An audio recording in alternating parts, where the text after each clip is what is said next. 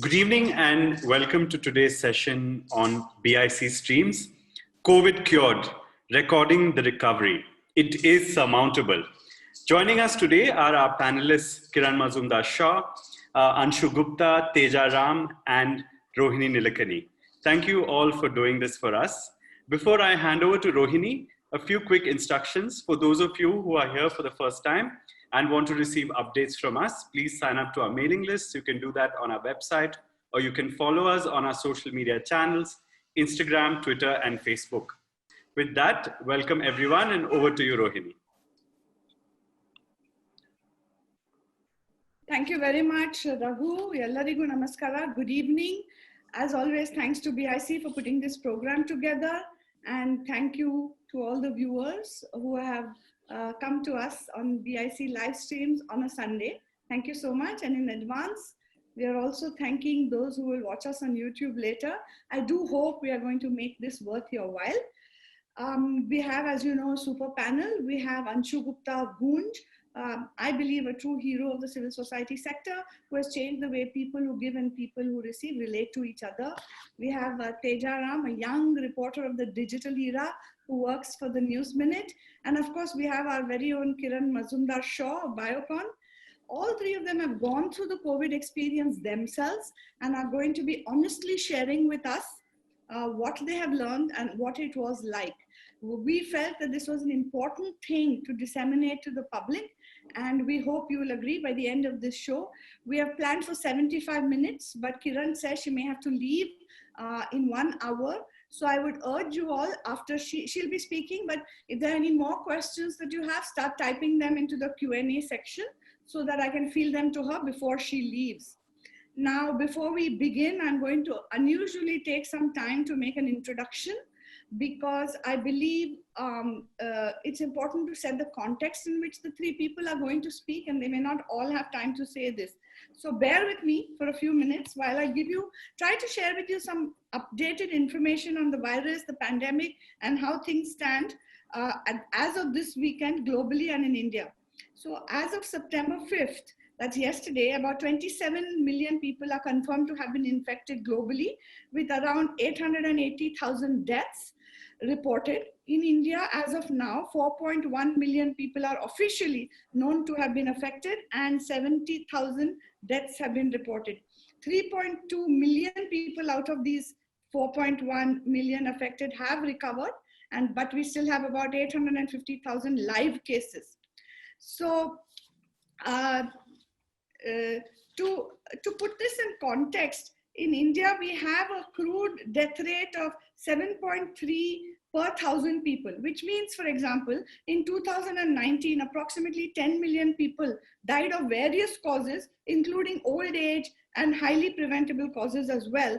And some of you may know that 150,000 approximately died just in road accidents, 400,000 from TB, 700,000 from diarrheal diseases, and about 500,000 each year from lower respiratory infections. So when it comes to COVID-19, India's case fatality rate stands at around 1.7% compared with around 3.3% in the rest of the world. And in India, of course, the numbers are rising steadily, and experts say we have not peaked yet, as the disease is spreading more into the rural hinterland. Yesterday, we set a new global record of 90,000 cases in one day.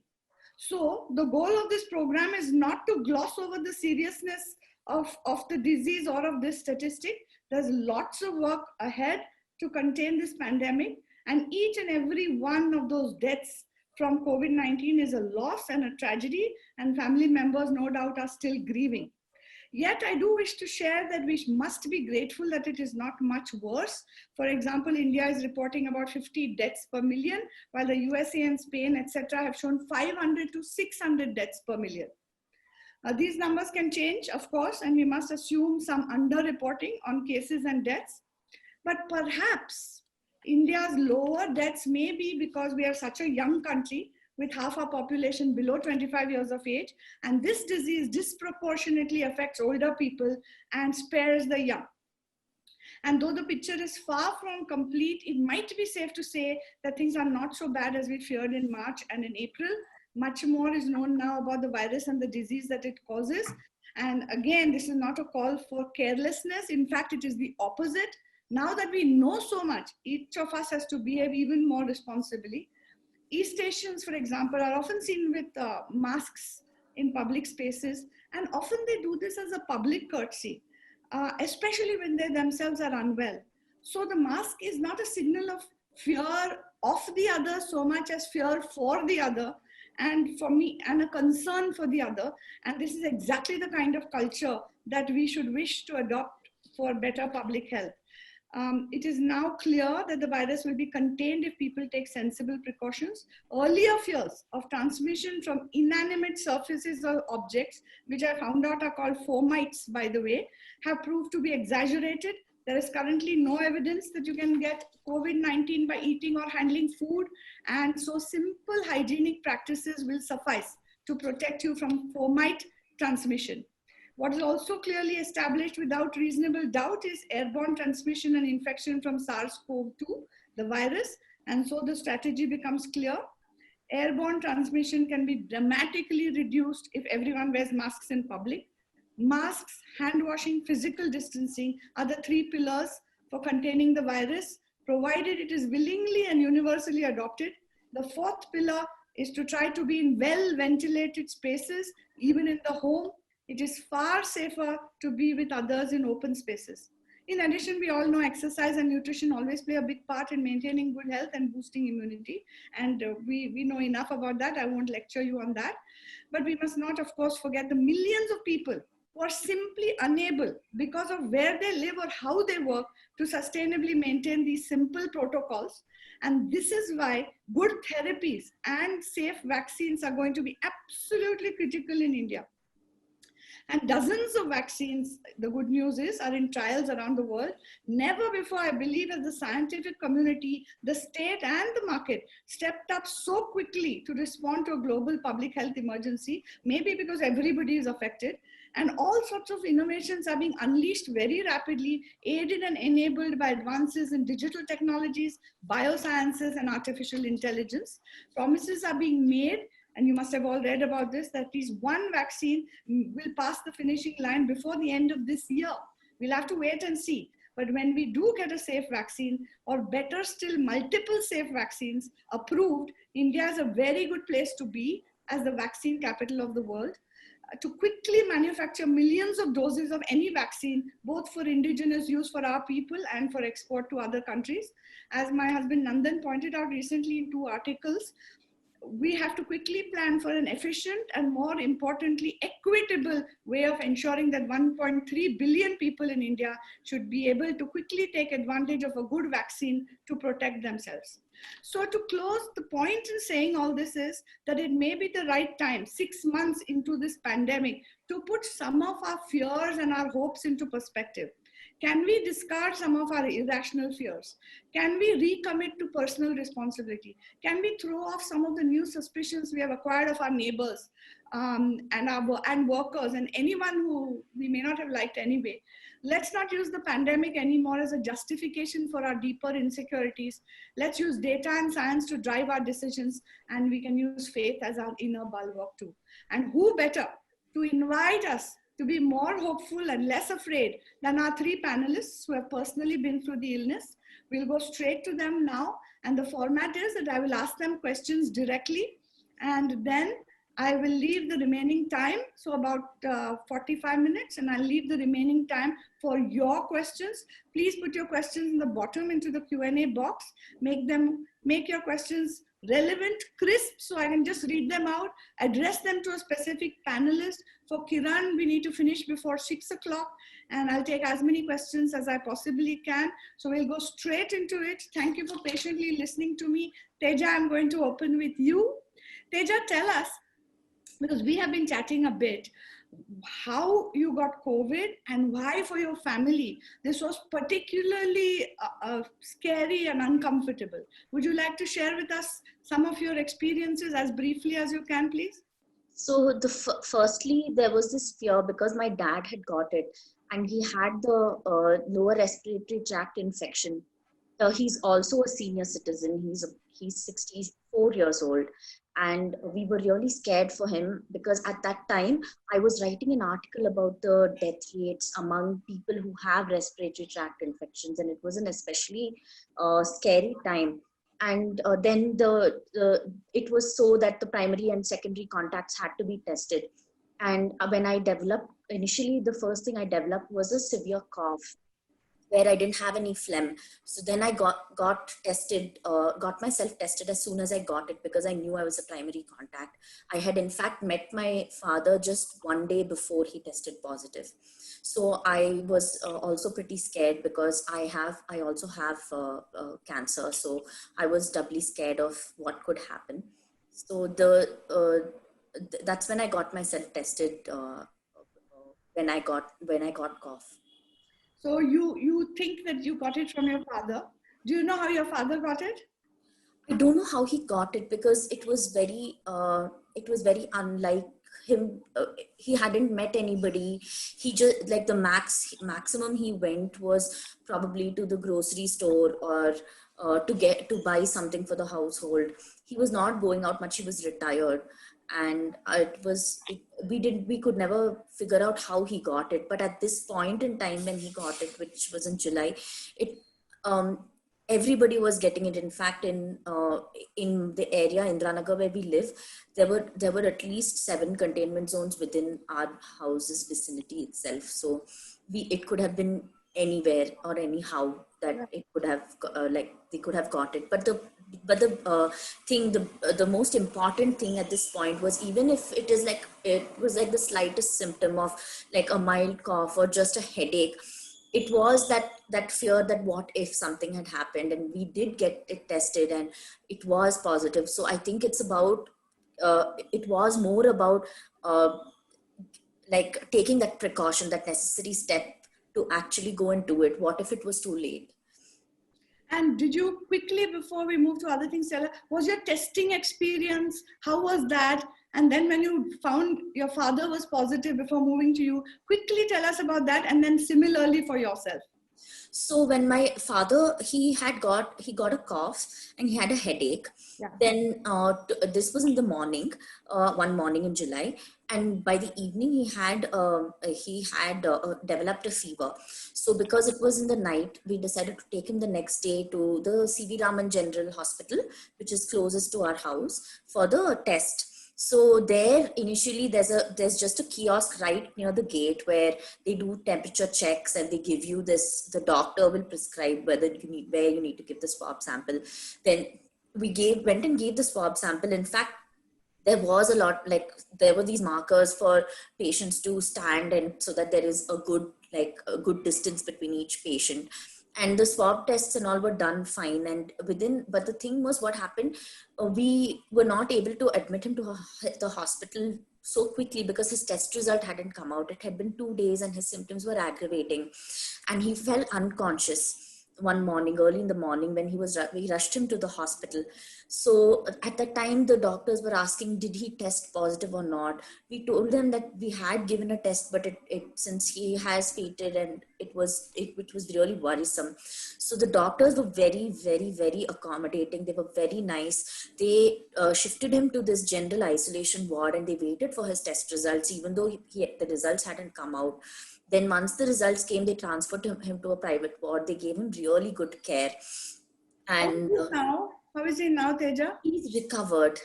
That's very good news.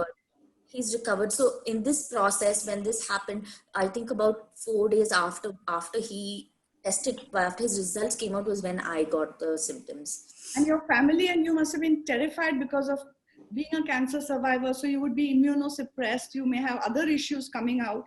Tell us a little about how you handled that. So I did have a conversation with my doctors who were treating me prior to this, and the one thing that they told me is that the one that we don't know what this virus is like, and since the treatment is available, and that you're able to get the care, and we do know that it's the people who are who are older who are likely to have the threat of any kind of escalation. It was they always told me that you just wait, let's see what happens.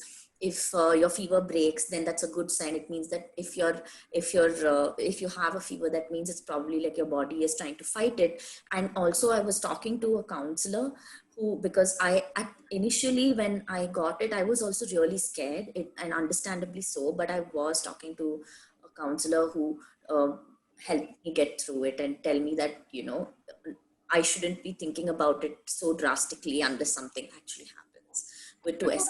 And before I move to my next panelist, how are you do you feel fully recovered now? How many days is it since when did you test negative, and how are you feeling now? Give us an update on you're looking good. How are you feeling? So I'm feeling fine now. I tested negative about, I think close to 2 weeks after the stay in the hospital. And after that, I tested negative, and they did an antigen test initially when I tested negative. Then I went through 14-day home quarantine. But now I feel better. There is the weariness and a little bit of body pain, which is there just lying there, but that the doctors had told me to expect. I mean, I feel much better, because at that time I couldn't even get off the bed. So. And we're very happy that you are well. We'll come back to you with other questions later. Thank you, Teja, for sharing. Kiran, thank you. I'm going to speak to you as Kiran, the woman, Kiran, the daughter, Kiran, the wife, and Kiran, the scientist. But first, let me talk to you about the patient, the woman, the wife, and the daughter. When you tested positive, tell us about, fears for yourself, fears for your family. What did you go through? You have written very lucidly about your experience. You've gone on television. Some of us may have read it. Tell us your personal stuff. How did you feel? Were you scared because you are doing so many things? Tell us something about the personal side of it. So personally, I was not fearful. I wasn't scared because, the scientist in me came out. Because right in the beginning. Yeah, right from the moment I first and foremost, that I just felt fluish symptoms. I just felt feverish. I started having mild shivers one night, and then I felt like, I had sniffles. So, and fluish, so feverish. And I measured my temperature, it was 99. And I took a Crocin that night, and I said, I'm sure I'll be fine tomorrow. Because actually about in June, I felt very similarly. And when I tested myself, I was negative. I thought maybe this is again, as everyone says, it's the weather, everyone says that. So I thought maybe it's not COVID. But the next morning, I didn't feel any better. So I said, hey, this is not a good sign. And because of my mother and my husband, who are, quite, my mother is 89 and my husband is a cancer patient who is 71. I said, it's not worth taking a risk. So I quickly got me and my entire household, tested with the swab test, the RT-PCR test. And I immediately quarantined myself in a part of the house till I got the results. Because I am fortunate that, since we have our own lab, which is an accredited lab, I could get the results the same day. And so that evening, I got the result. And of course, I wasn't really surprised because, at one point you might feel, oh my God, why should I test positive? Because I knew in a way I had exposed myself to a slightly large gathering of a friend's, some a wedding celebration, not too many people. And by the way, I was outside, we were all masked up. But I must tell you that people should be careful, because when you start eating, you remove your mask. Absolutely. That's when I think I have caught my infection. Yes. It's almost a good 9 days after I got exposed that I actually developed. I'm sorry to interrupt, but in hindsight, do you think we should not go for places where we eat together for a few months till the test. Do you think you would recommend that, since you yourself went with as many precautions as you could? What would you recommend? Sorry to interrupt you. So, Rohini, the one thing I feel is that we should not lock ourselves up too long. It's not good for us, because it starts creating a real paranoia and fear, which is not good either. Right. Same time, I think we do need to be very, very cautious about how we expose ourselves. So even, there needs to be some discipline in how we eat and how places actually allow you to eat. How safe can you make it? That is something which we need to look at. So whether it's a bar or a restaurant, how do you prevent people from really exposing themselves when they remove their masks to drink or to eat? That's where we need to figure things like that out. But having said that, I immediately looked at my PCR data, and I said, okay, I've got a moderate load of virus. I said, look, I think I can manage because I'm feeling fine. My SpO2 was pretty decent. It was 97, 98. So I said, I don't have breathing difficulty. I said, I am in pretty good health, And so like Teja, I think, who has the immunocompromised cancer condition to deal with, I would always advise people with comorbidities to go to a hospital if you test positive. But in my case, I was in good health. I was not so worried, and I could track. The thing I wanted to track were my inflammatory markers, because, I just want to use a little bit of science. The disease actually hits people in two ways. Most people, I would say 90% of the people, will go through very mild symptoms like I did, with no inflammatory markers that are, augmenting. You basically go through a immune response. Your antibodies fight the virus quite well. Your T cells fight it quite well. And you get into a few, like Teja described, your fever breaks, you start sweating. So you know that, like in all flus, you know that you're fighting the virus, okay? And then you come out of it. I mean, I took exactly 1 week to feel that way and 2 weeks to test negative, just like Teja said. And I feel absolutely fine. I have no fatigue, nothing. I'm back to what I was. Because I guess I also, during my whole thing, because it was mild, I exercised, I ate well, I did steam inhalations and things like that. But now coming back to the other question you asked, how did I feel as a wife and a mother? I was very worried. I said, look, I just don't want my mom and my husband to get it, especially when I can't do anything. Because if I've got COVID, I've got to quarantine myself. Yeah. Kiran, you have answered this in other places, but we do want to hear, because after all, you are very influential. Also, because you're in the healthcare sector, you have access to all manner of tests, and you told us all these complicated things about the CT factor and all that. You have been able to access all that. What would you say to ordinary people, even if they get a test done?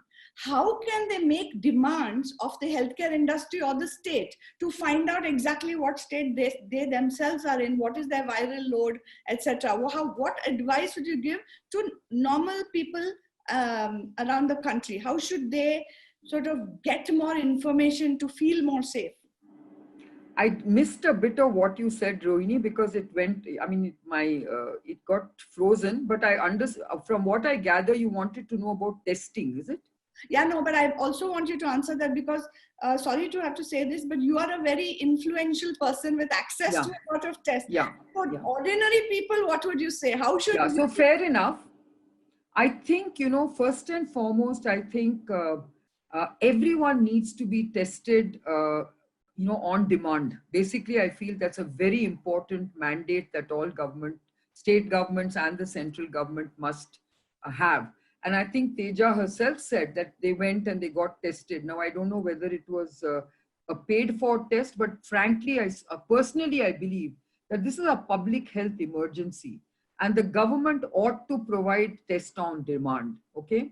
And I think the government also has to come up with a modeling based on antigen testing, antibody testing, and RT-PCR testing, both pool testing and individual testing, because it's very important for us to know what is the state of every part of our city and state, and can we predict where there will be an outbreak, and where is there a herd immunity building in a small community.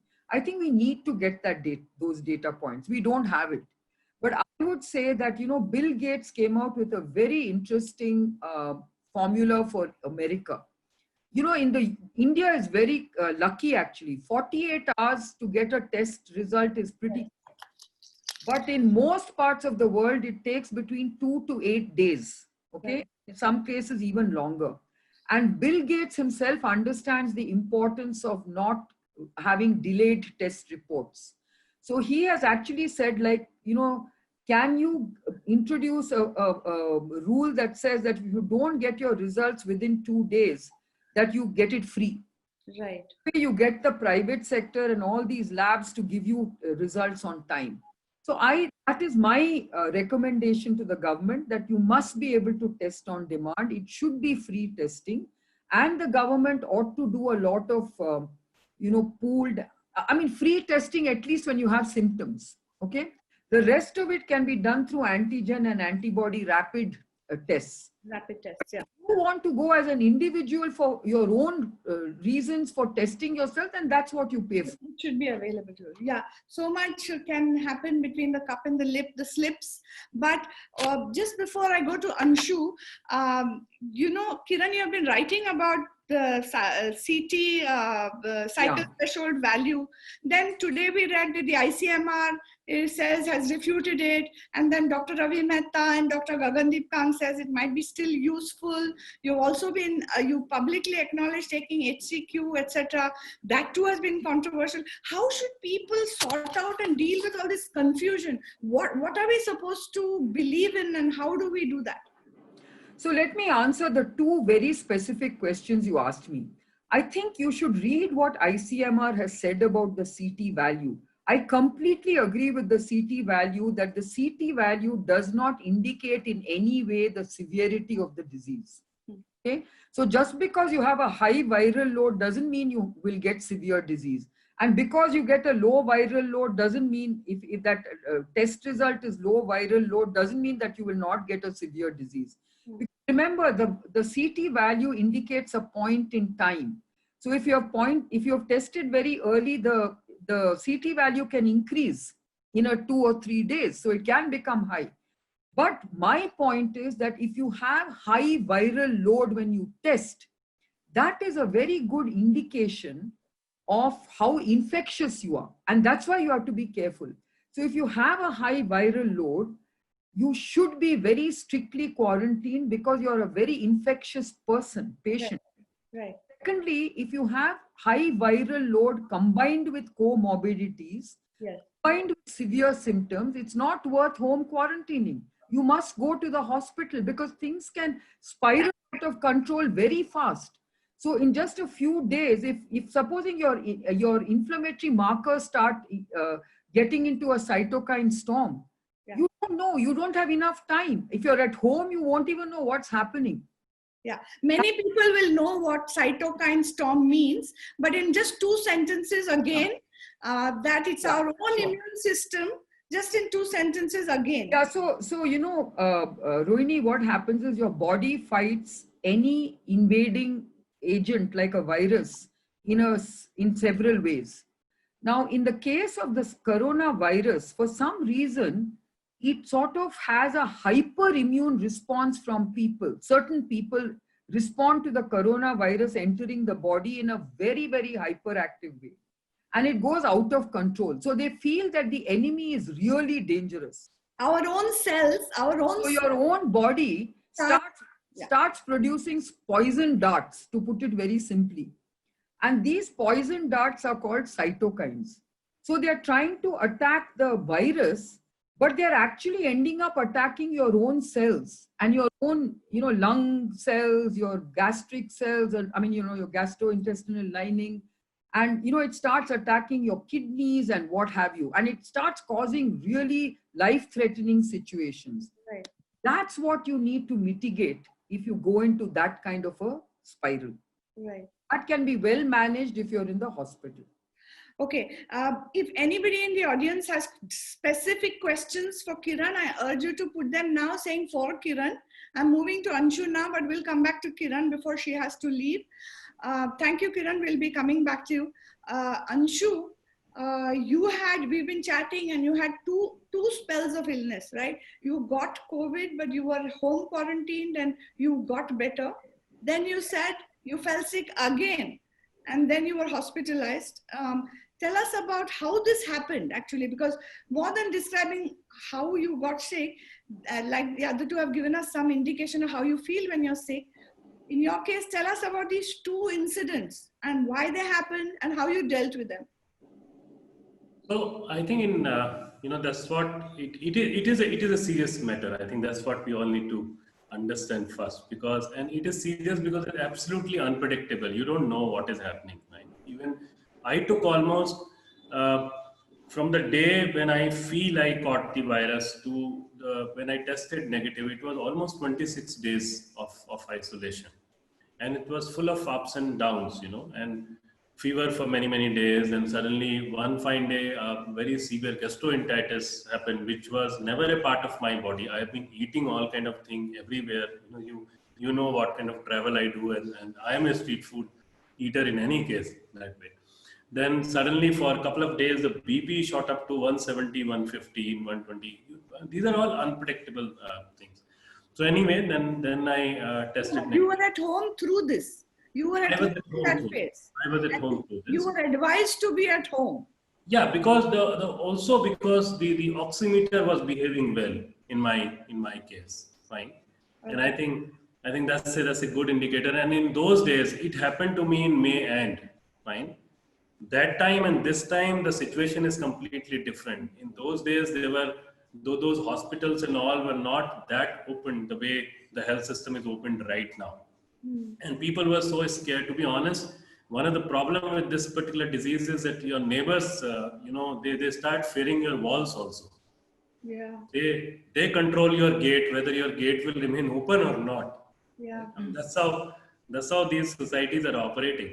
Yeah. And I think I was telling you that how the RO system conked off at our place, and we stopped getting good water, and because it was not refined, we approached a local shop who was a regular supplier for many, many years. He started giving that bottled water, and he used to charge 150 rupees per bottle as security. And he refused to take back the bottles even after a month, even after my negative certificate. Wow. So it's not only a scare, it's also an opportunity for people to make money, right? But somehow...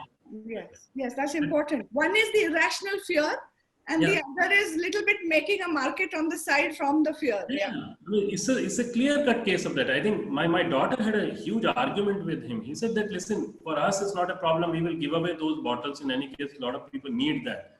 But the issue is that when my father does not have virus now, how are you claiming that the bottle has a virus? Yeah, no, those are important questions. But come to your second, then what happened? Because I feel it has become a dhanda of a scare. Right? Second time, so I was recovering, and suddenly so I also developed a little bit of bronchitis in the process. And my doctors also told me that you guys should be out somewhere, but don't remain here, because I was too active in the work and had to play a certain role, and I was very active in that work. So we moved out for a week, and it happened to be our 25th anniversary also on July 24th, which ultimately we celebrated in the hospital in the emergency. So then suddenly on 23rd night near Rishikesh, and to be honest, only one of the precaution which we took, although I was recovering well, that we decided to go at a place, and one of the parameter was that some hospital, some medical service should be nearby, because those 26 days had been a lot of ups and downs. So you could sense something that you don't know. Right? We went 23rd night, midnight, suddenly, all of a sudden, severe, stomach ache, indigestion started happening. we got a local village level doctor, who gave me a couple of injections. Next morning, I am hospitalized in emergency, and it was a severe case of gastroenteritis. They said hepatitis B. They said kidney, pancreas, liver, all are affected. Night is extremely important. So somehow medicine worked. And then it came out, it turned out to be the severe acute case of pancreatitis. I can't even pronounce this disease. So that's how it happened now. So if I track it, then we know, and if I see other reports from various nations and other medical research, we know that the virus is affecting, as Kiran also said, virus is affecting various parts of the body, and pancreas and liver are the most important part. But in India, no doctor that way as of now is saying the same. You are still going through that, whether you are alcoholic or you had a stone in gallbladder, or that's how you had. So I'm not alcoholic. I had no sign of stone. So we don't know, but by all probability, it is an after effect of that. So it's been 3 months of dealing with this ups and downs. I'm privileged at least that I could get the hospitals, I could get the healthcare, I could get a separate room at the time of isolation, and I could arrange for the testing. I think all that helped me for sure. Thank you, because I'm briefly going to go back to Kiran on this. Kiran, would this have been prevented, his second phase? Because we are hearing a lot more now about how people are coming back and feeling sick all over again after they feel, oh, I've got over COVID. Can you briefly talk about, could Anshu's even worse thing later possibly have been prevented, and who should have done what, Anshu or the healthcare system? Well, Anshu can't do much because, as I said, there are 2 phases of this disease. Most people get away with just the phase 1. Like you develop your antibodies and your T cells and it goes away.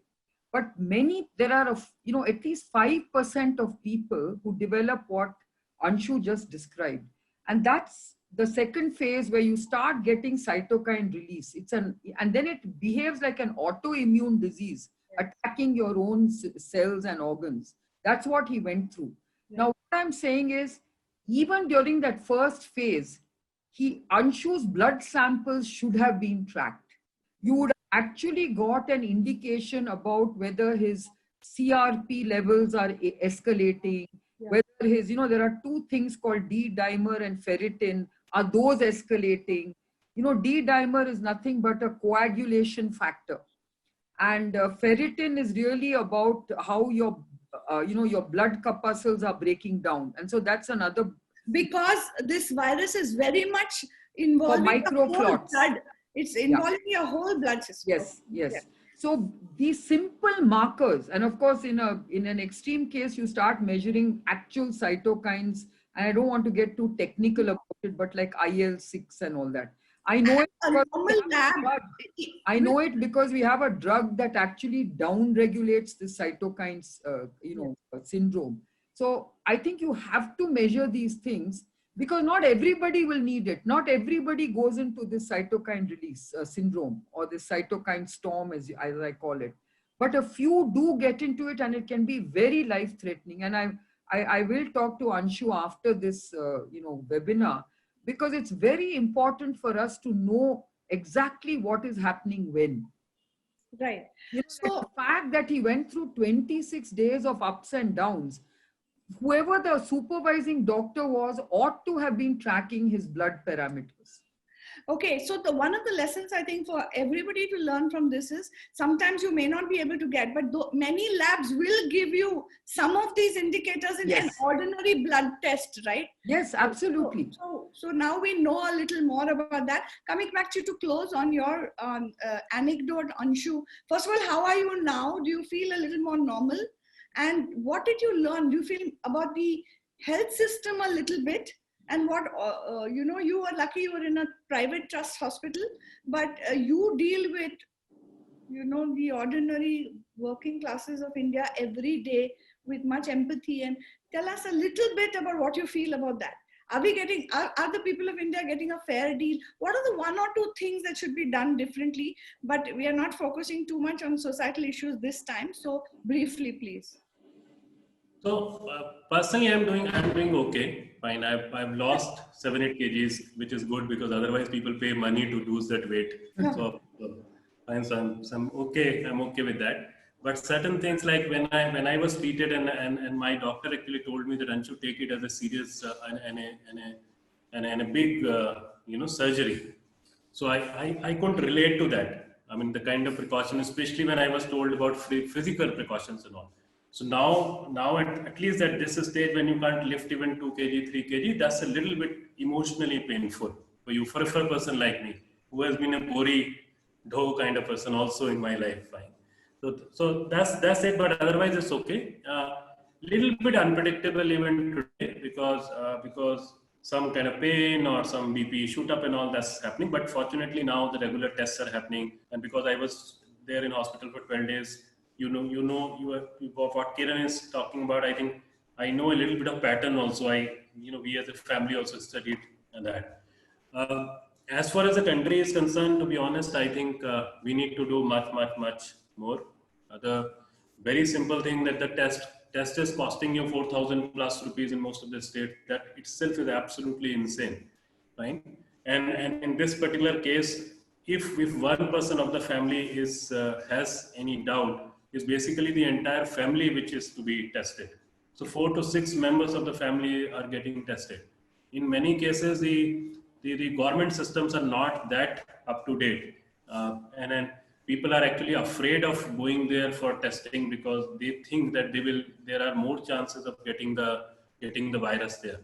Right from the beginning, if we would have taken care of the cost part of it, if we would have been a bit, which can happen right now, fine. I'm not only talking about the past because this is ongoing. There is no phase 2 as of now in India.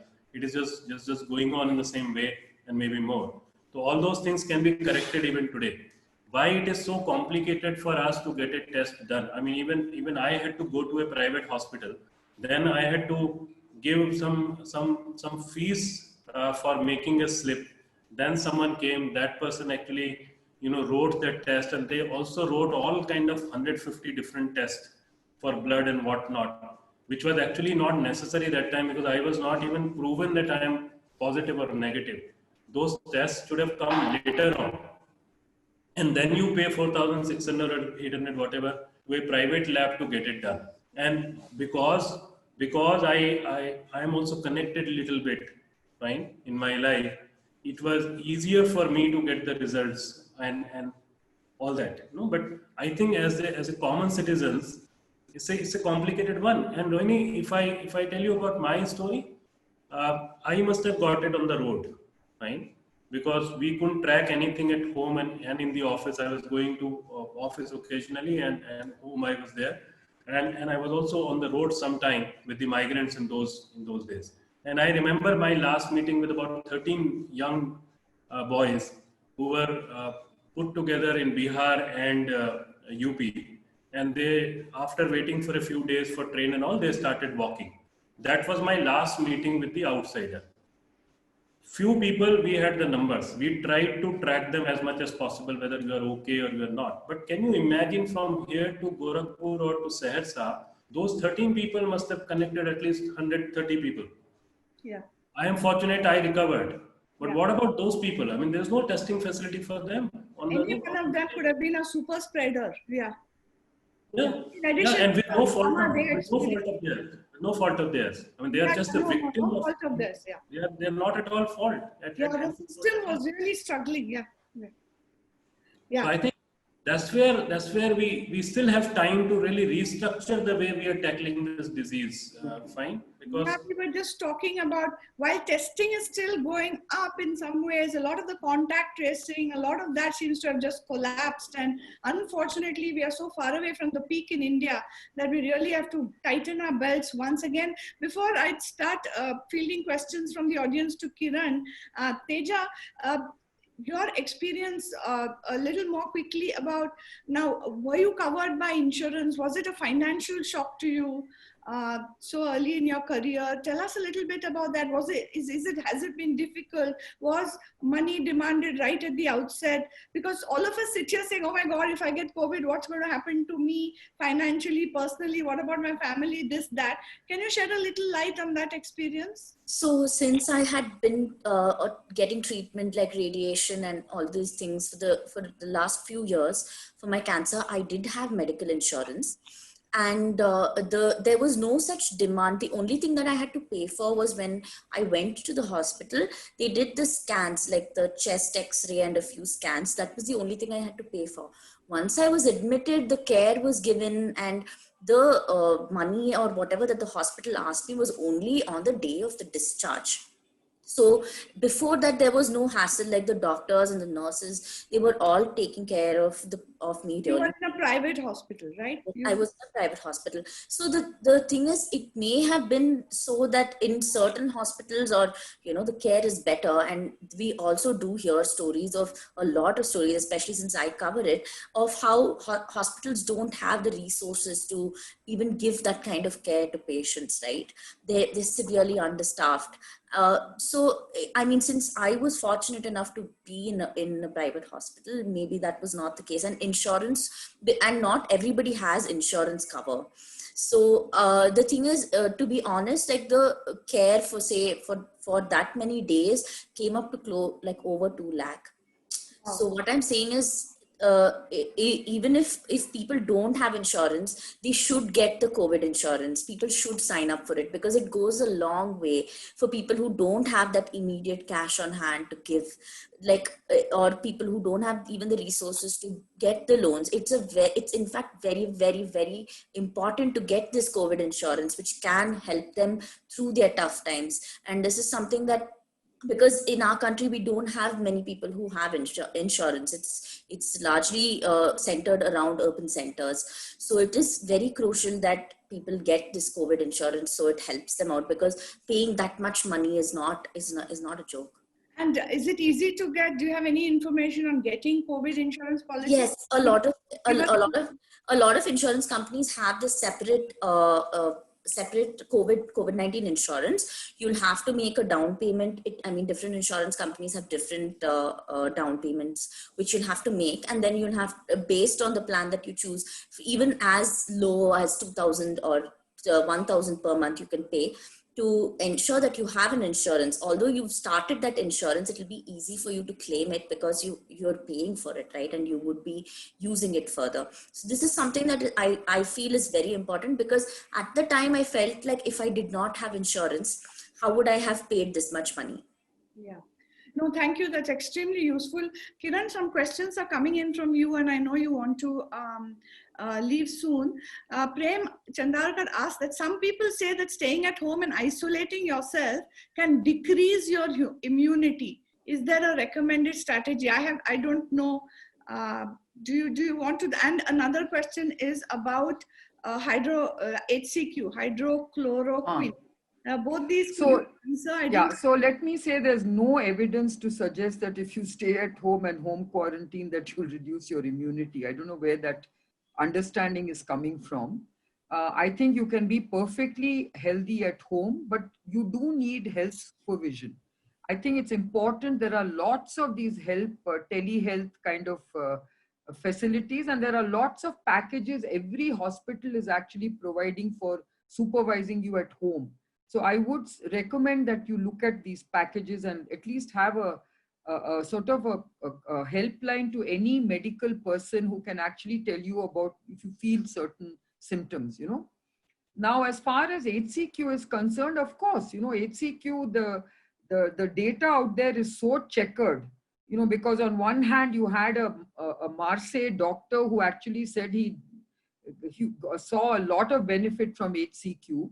Then, of course, Trump created all the politics by claiming that HCQ is great. Our own ICMR has recommended HCQ as a prophylactic for health workers. And I think it was at that time that when you look at the science of HCQ, where it has a certain effect on blocking the ACE2 receptor, which is really the entry point for this virus, You know, it's just one way of saying, can I again fortify myself? Now, you know, I just took it right for the last 3 months, a very low dose, because it was explained that it could be a prophylactic that can actually reduce or mute the impact of the virus. Now, there's no scientific evidence to suggest that. Okay. I just took it saying, okay, something is better than nothing. Now, did I have mild symptoms because I took HCQ? I don't think that may be the real reason. But since it doesn't do harm, of course, HCQ does a lot of harm if you take it at high levels. So when they were using HCQ to treat patients, I think they found that it was toxic. But when you take the low kind of levels that I was taking, I don't think there's any, serious effect on anyone. In So, fact, my 89-year-old mother told me, Arey, I take HCQ every day, yeah, for my rheumatoid arthritis. So I see. No, because we are in a public sphere, Kiran, and yeah. you are saying this. I just want to make sure that people don't rush out to. No, please don't do that. Yeah. Please don't do that, because there is no scientific evidence to show that HCQ helps. I just want you to know that. Okay. So, are you saying you took it in the same spirit as people take Chyawanprash and turmeric Yeah, and ginger? yeah. And Exactly. That's very well said. it's a personal choice you made. Yeah. That you were confident that those doses. I mean, I see the scientific rationale, but there is no evidence to show that it actually works. So I said, okay, as long as it's not a harmful dose, if it's a small dose, and if everyone's saying that there's a prophylactic, effect of HCQ, that's when I started taking it 3 months ago, not now. Right. So some people are still sorting out all that you have said. Aparna wants to know, once one tests positive, what should we do? Should we wait for the government to send us an ambulance? Should we contact a doctor? What if I don't have a family doctor? Should I stay at home? What should I do immediately? Because if I'm tested positive, I'm sure panic will set in, whether we like it or not. So first and foremost, I don't want people to panic. Yeah. To test positive, you first have to find out, why did you go and test yourself in the first place? Was it a mild symptom? Was it because you were in contact with somebody who tested positive? What was the reason you went and tested? That's the first question. The second question to be answered is, am I feeling ill? If you're feeling very unwell or ill, please go and check yourself into a hospital. For sure, I think you have to try and get yourself into a hospital. But if you're feeling okay, and I also suggest that if all of us, if we can get an oximeter, it's a good thing to have at home during COVID. Now, if you don't feel breathless, if you feel that, your oxygen levels are quite normal, and if you just have mild symptoms, then don't panic, just stay at home. And I would suggest try and reach out to a hospital and say, look, can I speak to somebody and find out, can I home quarantine or should I come to the hospital? That's the way you have to deal with it. And my simple recommendation is, if you are not feeling very unwell, if you have mild symptoms, and if you can actually, do a few simple things like, taking steam inhalations, drinking a lot of hot, ginger tea or things like that. Also do things like breathing exercises. That always helps a lot. Okay. Just a simple spirometer is very good. Even if you don't know yoga, you can still do that, blowing those little balls in that plastic machine. Things like that are very useful. And I would say that the choice of going to a hospital only arises when you start really feeling unwell. And I would say that having a telehealth assistance is always very useful. And there are many of them, including the government's Apta Mitra in Karnataka, but there are others as well. So it's good advice for all of us to find those helplines in our neighborhood accessible to us and keep them on your fridge or something. Correct. I think you should do that. Yeah. And I really think that the main message I want to give is, please, we should remove the stigma of testing positive. Yeah. That's why I declared that I was positive the day I tested positive. Right. We should also remove the panic and fear, because there is help at hand. And now that we're all talking about it and, exchanging these kind of experiences, Yeah, some people will get scared listening to Anshu saying, oh God, what's going to happen? But then he's also told us that don't take it so lightly. And Yes. I'm saying, yes, it is something that can be managed for 90% of the people with very mild symptoms. More than 90, yeah. Few If you go by people who, data, yeah. yes, More than 90% if you go by the data. yeah, One of the things that has been concerning me from the beginning is how our society is evolving a little negatively based around this pandemic. So Kiran, a friend of mine in a Bombay building, you know how Bombay buildings are, her neighbor across the hallway had COVID, but they didn't panic. They didn't put posters on his door. They knew that the virus is not going to leap out from behind that door and come and attack them, right? So they were sensible, and I think we need to be a little more sensible. I think society has a big role to play, Rohini. You started by saying that by the government mandating masking doesn't mean that everybody is going to mask up. It's up to civil society and society at large to say, let's keep safe and let's make sure that we don't infect anybody else if in case we have it. Because a lot of asymptomatic carriers don't even know they have it. And a young country, so many Yes. asymptomatic. So I think it is extremely important for all of us to do what we need to do in terms of masking up, social distancing, and keeping our hands clean. Now the other thing is, I'm coming back to you, Kiran. Anshu, what a perfect opportunity for Gund to mask the whole country with cloth, which is where you began your whole journey, is giving people cloth, right? And all that a mask is really is cotton cloth, breathable cotton cloth, properly made. So just had a side on that. If you have one sentence before I go back to Kiran. Because it's not expensive if it's made. Yeah, so we've been doing before even the proper lockdown. We started making those. I think more than 1 million or something. We must have already done. One thing which I just need to add on Kiran's part is that oximeter also is not a ring, right? I've seen a lot of people who just sit with the oximeter. Then I mean, you should not be that paranoid, that scared, right? That every half an hour your oxygen level will change. You have to really, really relax. I can tell you that we are 4 people in the family and it's a close house. And because we took all the precautions, the disease remained just to me within the house. It didn't go to other 3 people because we were very cautious that we didn't see each other's face, without a mask. If you have to see face of each other, we were actually, looking at it through the mobile. That's interesting. We were very careful. Use technology to achieve intimacy. Yeah, because you can't do it physically. And there is no, because my also as a head of the family, my fear was more about the people outside, that if it happens to my daughter and I'm not able to do anything at all. I'm still taken care of. But what happens to them? Because no neighbor will come to take care now. So you can take sensible precaution to prevent family spread. Right. Nothing. I mean, you just need to take it seriously, but don't be scared of it. You have to face it and live a normal life. Drink as much as, and that too also, you can't just be dependent on adrak and lasun all the day. You have to be careful about everything. You need a regular nutrition. We have just a few minutes of Kiran's time left. Kiran, one question, slightly more complicated but worth answering. That Anshu's journey seems like a case of COVID long hauler, and a group of us, I think this person is also COVID patient, rapidly mushrooming around the world. Why is this non-linearity in recovery not acknowledged and discussed? And if doctors don't anticipate these kind of relapses, how do we get appropriate care? Just a quick thing, and anything else you want to say to us before you need to leave, but answer this briefly, please. No, there is a lot of now understanding about the non-linearity of this disease. I think around the world, there's a much better understanding of what needs to be done. And as you know, this disease has been evolving in terms of understanding.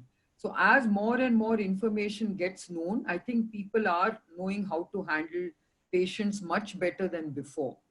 And I for one believe that really what we have to be prepared for, you started off with vaccines and you were very confident that we'll get a vaccine by the end of the year. That at the moment is anybody's guess, Rohini, because they are actually, I attended a very important biotech webinar just 2 days ago. And in that webinar, some of the leading voices in global biotech were actually saying that the biotech companies have taken a pledge jointly to say that they will not launch a vaccine until it is safe and efficacious. And they believe that it will, that, you know, one of the most senior voices in the biotech world said, you cannot compress 1 year's data into 3 months. And therefore, they believe that the earliest you can get a safe and efficacious vaccine will not be before April 2021. The middle of next year. Learn to live with coronavirus till then. And I think we should not be paranoid, we should not panic, and we should only get better at treating the disease. And if you can get mortality rates down to near zero, believe me, we'll all feel very, very comfortable. And I, for one, believe that if you actually manage the disease well, you can get to that kind of a target. Thank you. And before you go, did spirituality play any role in your handling of your own illness and facing your own mortality, however briefly? You know, I was not fearful. I know you're a scientist. So I'll tell you something, Rohini. I was not fearful of the disease. I did not ever had any shred of doubt that I will, have this life-threatening, experience of COVID-19. So I think I never had to sort of, turn to spirituality to save that kind of a feeling. I would be very honest about that. I never at any second or point of my illness feel that I was going to die. So I think that was not there. I was all the time fearful that I don't want my mother and my husband to get it. That was my only concern. And like Anshu said, I was not worried about myself. I was really worried about my mother and my husband. And I think the one who was spiritual was my mother, who kept on hoping and praying that I'd get well. And you did. Yes. Well, we are very glad you got well. I know you said you have to go. Any last words of wisdom for all of us? I think I just want to say, please don't panic. Please live your life normally. This virus is going to stay around for some time, but we are getting to understand it and manage it much better. I also would like the government to manage it much better because we are not doing a great job. I really believe that there needs to be a collective effort. It's not about telling the bureaucrats that it's your job to manage it. It's not the politicians' job to manage it. I think we do need expertise to really think about this. And really, we need to form a COVID task force in Karnataka at least, of people who understand and know how it is to be done, not just in Bangalore, but in the villages of Karnataka. And I, for one, believe you have to decentralize it and delegate it right down to the taluk level. You should not be centralizing it and telling people how to do it. We've got an army of healthcare workers. Our ASHA workers have been doing a phenomenal job in the lockdown period, and now you've forgotten about them. Doing an amazing job of contact tracing. You didn't need even technology to do that. So I think there's a lot of solutions out there, but for some reason we've just forgotten about it. And we've just given up, saying now it's there, it's out there, and let it happen the way it's supposed to happen. I don't think that's the defeatist attitude we should. Almost like a system fatigue, and we need to recharge. Yeah. I think Karnataka has to come back yeah. and start all over again, saying how do we manage it better and get it down to near zero, yes, the mortality rate. Thank you. I agree. We need to. One thing I want to say is, please don't think that, the numbers are going to come down. No. That we must understand. The numerator is going to keep increasing. But if we can get more people who've recovered and less people who are dying, that is a measure of managing the disease better. That's my parting shot. Right. So earlier it was thought that death rate was somewhere much higher than, say, influenza. Now the world, all the data is suggesting that it's settling down somewhere close to influenza, right? It should come below 1% and then we feel very comfortable. Okay. Thank you. And we all hope and pray for that, and also use good science, not just prayer. Both are good. And thank you again for your time, Kiran. I'm going to... Thank you for excellently moderating this panel. Right? Thank you so much, Kiran. And great to hear from both Teja and Anshu. It was really enlightening for me. Thank you so much. Thank you. Thank you. Anshu, let you continue on this. Now, tell us a little bit about what were your biggest fears during this whole thing, because it's important for people to understand the psychology of the patient at different times. You might say, oh my God, why me? But in your case, you had already somewhat exposed yourself. In Teja's case, her father had been sick, so there was a risk. But when you get it, and her father got it, for example, you say, why me? How did I get this? Why? What am I supposed to do? Tell us the journey of the fear and then the recovery from the fear also. So in my case, again, it was not why me, because what work we are doing, we all know that we are vulnerable. In that when you go on the road and all that kind of thing. So you know whether you are in social sector or in journalism or in production, so you know that. I was also not afraid about myself. I'll not say that in the whole journey of 3+ weeks, not even a single day I was afraid. That is a lie for sure. Because yes, especially on the day when the BP really shot up a lot, so that particular day I was also, and then my fear was that from where the medical care will suddenly happen, and I was in Faridabad that time. But otherwise, I think because I kept myself very, very busy, large number of people didn't even know that I am down with it. I was still active on my social media. Gunj was operational. I didn't switch over to music or movies or spirituality as people were suggesting, because for me, at that particular time when the institution was needed, when that work was needed, if I move out myself, not that the organization will not work, not that the work will not happen, but I think I am doing an injustice to myself also, because I wanted to be a part of that particular thing. So my fear for sure was a lot about the team, because the team is very vulnerable. Team was all across the country in the remotest possible parts. Almost every single state team was working with the migrants, was there on the roads. We had nothing. We had no knowledge about the virus like any other person. We also in the social sector domain, you don't have that kind of security about your families, your insurance, fine, and also about your PPE kits and all. There was nothing. And also, a lot of us are very emotionally driven. Fine, yes. When we do practical work, we're very emotionally driven. The hugging is one of the most common factor in our life. Touching, someone in the village is the most common factor in our life. So how do you really stop everyone in doing that? So how do you, for example, how do you do physical distancing without doing social distancing, right? Yeah. One, you said even in your house, you used some digital phones to talk to each other. So for your team on the ground and for ordinary people who, for example, people die of other things, not just COVID. Suppose you go for somebody's last ceremonies or something. How do you keep physical distance without keeping social distance? Can you tell us in the Anshu way?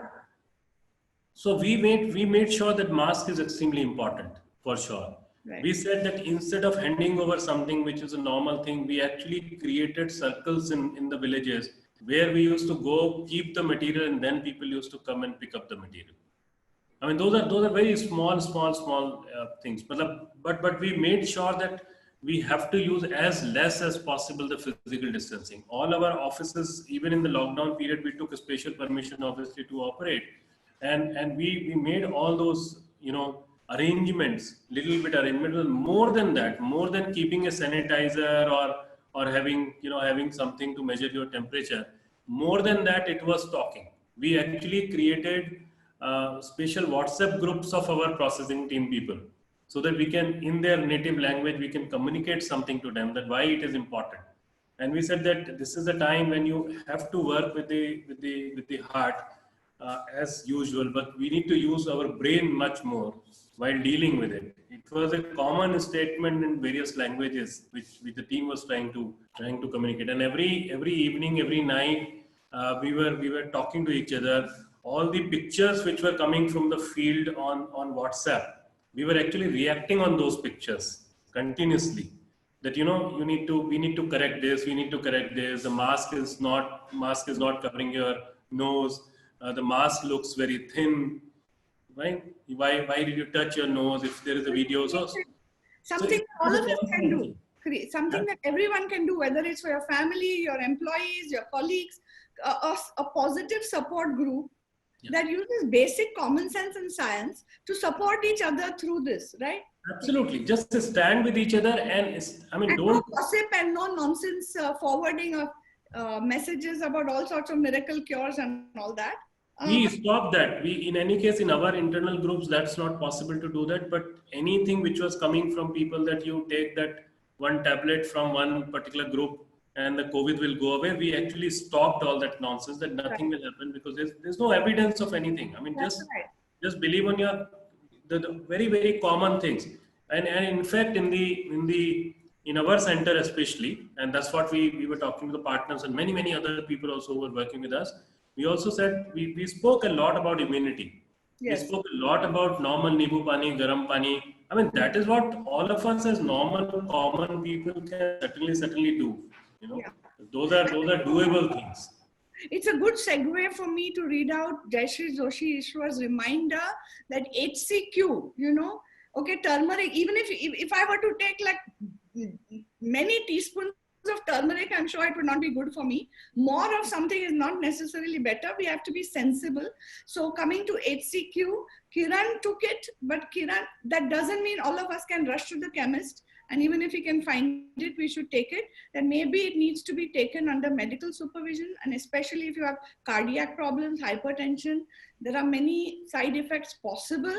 So please use your judgment and your good sense when you take anything, whether it is HCQ or even turmeric, because even turmeric won't work well without pepper, for example. So understanding these simple things may help us a lot. Let me go to you, Teja. There are questions about your hospital experience. Some of us, they said that all of us are a bit scared. Is it we are scared it's maybe a nightmare? And what advice do you have for younger people who, you know, want to be out there? How do we stay safe? Would you answer those two questions?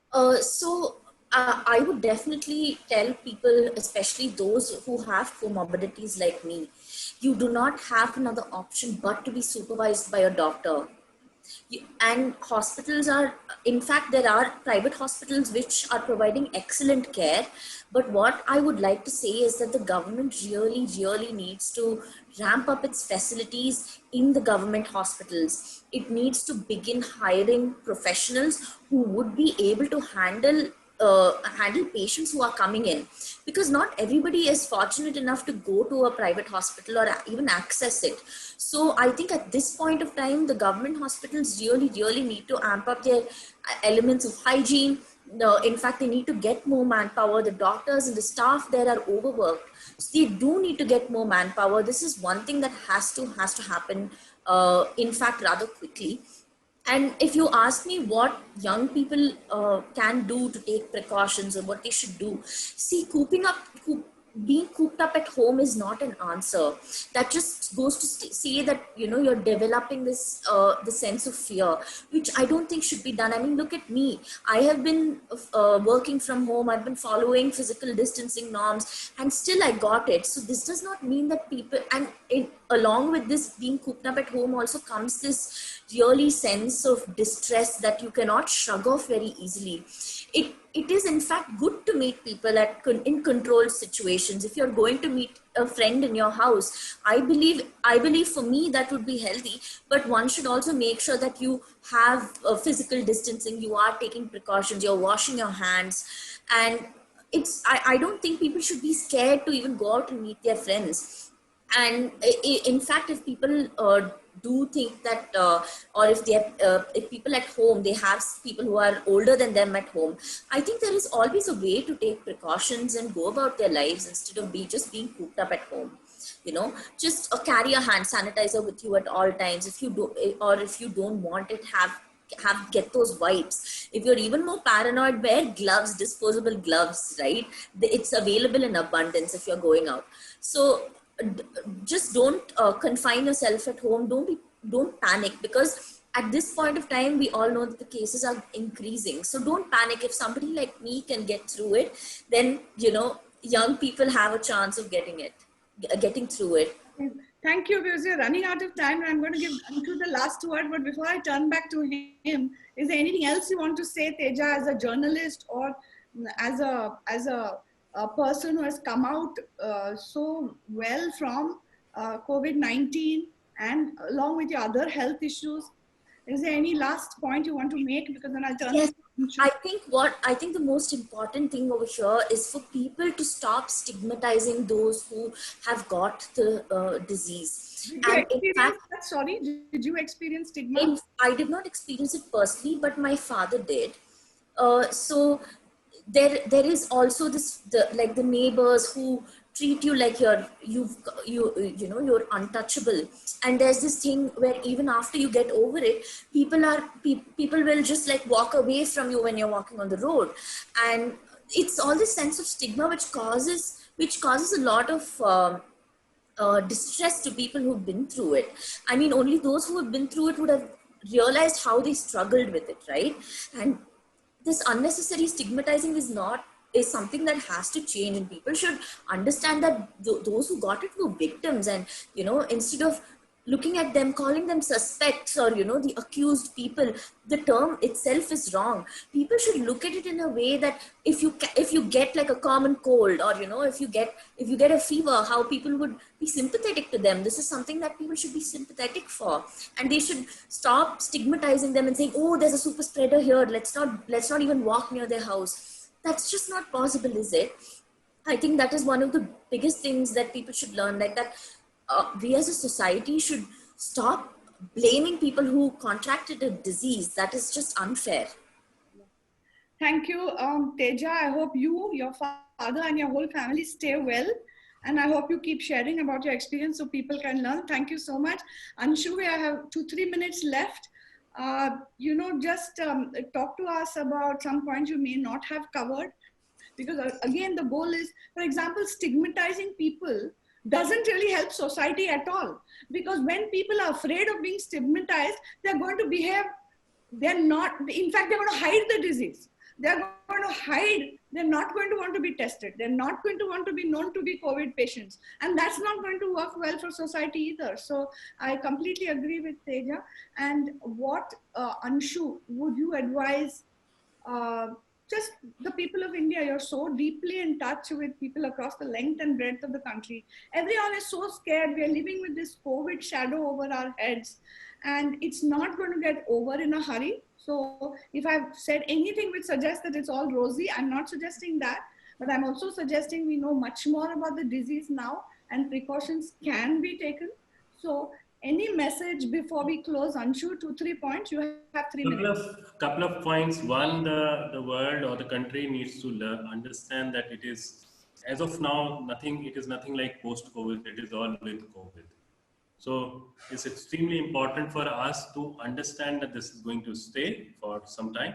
And even if this goes away, the effect of this on joblessness, on economy, on the divide due to various stuff will remain here. So I think we need to really learn and then find out and carve out a way with it. Then too much of dependency on the electronic media, on technology also is a little bit of pain. What the so-called public schools are doing these days. I mean, this is the same time when just before COVID, we were actually paying people and telling them that my kid is addicted with mobile and laptop, and please take money and get them just move out of that. And now we are forcing people to be there for that.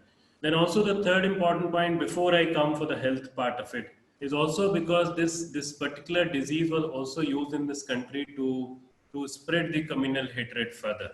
And we still talk that language, fine, that how it happened, who spread it, and all that kind of nonsense. A lot of people nurtured it, and a lot of people just bought over it and got into it, which itself is a very, very problematic part. It's not a time when all of us, start behaving like an expert of the disease. It's not the time when we start hating or fearing the person who's going through this. I think we certainly need to stand with people. There is no harm if my neighbor goes through this. What does that neighbor ultimately need? That neighbor needs a phone call. That neighbor needs maybe after a certain time some potato, some onion, some bread at doorstep. Even if I'm afraid, I'm superly afraid, I can always speak to that neighbor, buy that stuff, and keep it at the gate of that neighbor, even if I'm afraid. You need to be just taken care. You need to understand that the society, the world is around me. It's not that just I have to fight it out in isolation, because especially the families where one person is affected and other people are not affected, they are fighting a much bigger fight that way, because within the house, within the small house, they are really staying away from each other. All the other people are also quarantined who do not have the disease that way. And in many cases, my correction part, which I need to really talk to the, if I get a chance to talk to the governments, when the virus is one, when the effect is one kind, how come the every state, every district, every city has different ways of handling it? I can never understand that, to be honest. That if you are in this part of the country for the same disease, you are quarantined for these many days. In that part of the country, you are quarantined for these many days. Like in my case, the notice which came on my wall was for 14 days. Suddenly, the officer informed me, who otherwise never cared for me. You know, I live in Faridabad, who hardly used to call up. There was no health worker came. But suddenly they told me on phone that your quarantine is now 28 days. I said, where is the order? They said, no, it was decided in internal meeting. So I said, that means the notice will remain there on my wall? In any case, I'll take 21 days. But the notice, they said yes. And you will not believe, on the 30th day, it's all there in my WhatsApp, fine. On the 30th day, I had to tell them that, boss, remove this notice that this home is quarantined, don't come, and all that kind of thing, because I am recovered. If you tell me remain inside, in any case, I have been inside. I can remain inside for. So a lot needs to change. While we are promoting the idea of decentralization doesn't mean chaos. Decentralization, we need unified understanding. What about other people? What about people who are going out, passing through that road and passing through that house? Yeah. And then also, you're just putting that scare, that fear again and again. I got it. So Anshu, we're running out of time. So 2 or 3 sentences. What did you learn about the disease and yourself and society? What did you learn? And last, what wisdom do you want to share for our viewers before we close? Very little time left, Anshu. I think learned about myself is that we all can fight it. It's not an issue. You have to have patience. You have to be cautious about it, and you need to consult people. And when I say relax, that means that mentally somehow don't get so much into it that you just put oximeter on your finger every half an hour, or you start measuring your BP again and again, right? Or you also, I would say that instead of consulting 5 different doctors to get 5 different advices, which a lot of people are doing, that's one of the worst things which happens in your life, because that's also an art and science, and every doctor has different ways of treating something. If I talk to 4 doctors about my same disease, I will get 4 opinions, and then I'll get confused. It's extremely important to have trust and faith in someone, and then go with that. And the moment you feel that you have breathlessness and you're not feeling good, it's extremely important to consult a hospital and go. I learned about myself is that I think it was very important for me to keep myself busy. Instead of watching movies and all, I kept myself busy. Very tough for me to sleep for more than 5-6 hours, which was the need. Even the doctors told me that you have to sleep for more. But because for the last 20-25 years, I've only slept for maximum 5-6 hours. So it became a little bit complicated. I was even advised 3-4 days of sleeping pill so that the body relaxed. But I didn't want that. I didn't need it. I think I kept myself busy. I ate good, whatever food was. Good food was available, and I kept talking to people. I was active on social media. Yes, I stopped in those 2. In any case, I was not talking about COVID, but I made sure that in these 20-26 days, I don't talk anything about COVID in those days, largely, because once you're going through something, you will end up giving some gyan, Yeah. which is not yours. We can all become instant experts. Yeah. Yeah, because you're going through that, so you're thinking in that direction. You can behave like a saint, but you're thinking in that direction. Right. So that's why, at least in that particular phase, I was not talking much on COVID. Yes, I did a mistake. I tried to do a few webinars in the initial phase, because I hate canceling my any appointment, any commitment. But then after one or two webinars, I felt that no, I'm feeling weak about it. Either I'm psychologically weak or physically weak, I can't say right now. But if it is visible on my face, it doesn't make sense, then I should not stress right now. So that's where I had to cancel. You have to listen to your body, you have to practice what I call body intelligence. Everyone That I learned. That I never did in my life. That I learned in these 3 Wonderful. months, that I have to listen to my body also. Wonderful. Wonderful, Anshu. Thank you so much. I'm so glad that you, not only as you, Teja, but representing the journalist community, you, Anshu, not just as Anshu, but representing all of civil society, and Kiran, not just as Kiran, but also representing the health sector, the business sector, and so many other things that she does. We are all very happy that you are well. Stay well, stay safe. Thank you for all that you have shared. I know better now how to stay safe for myself and my family. I thank you. I thank all my viewers, those who ask good questions. I thank BIC. Stay safe, everybody. Stay sensible also, everybody. And thank you. Namaskara. Dhanyavad. Yes, guys. Thank you so much, everyone. Teja, Anshu, Kiran, and Rohini. Thank you for sharing your personal journeys and showing us that COVID is surmountable. So please mask up, follow safe hygiene practices and sensible precautions, and stay safe. Thank you for joining us on a Sunday evening.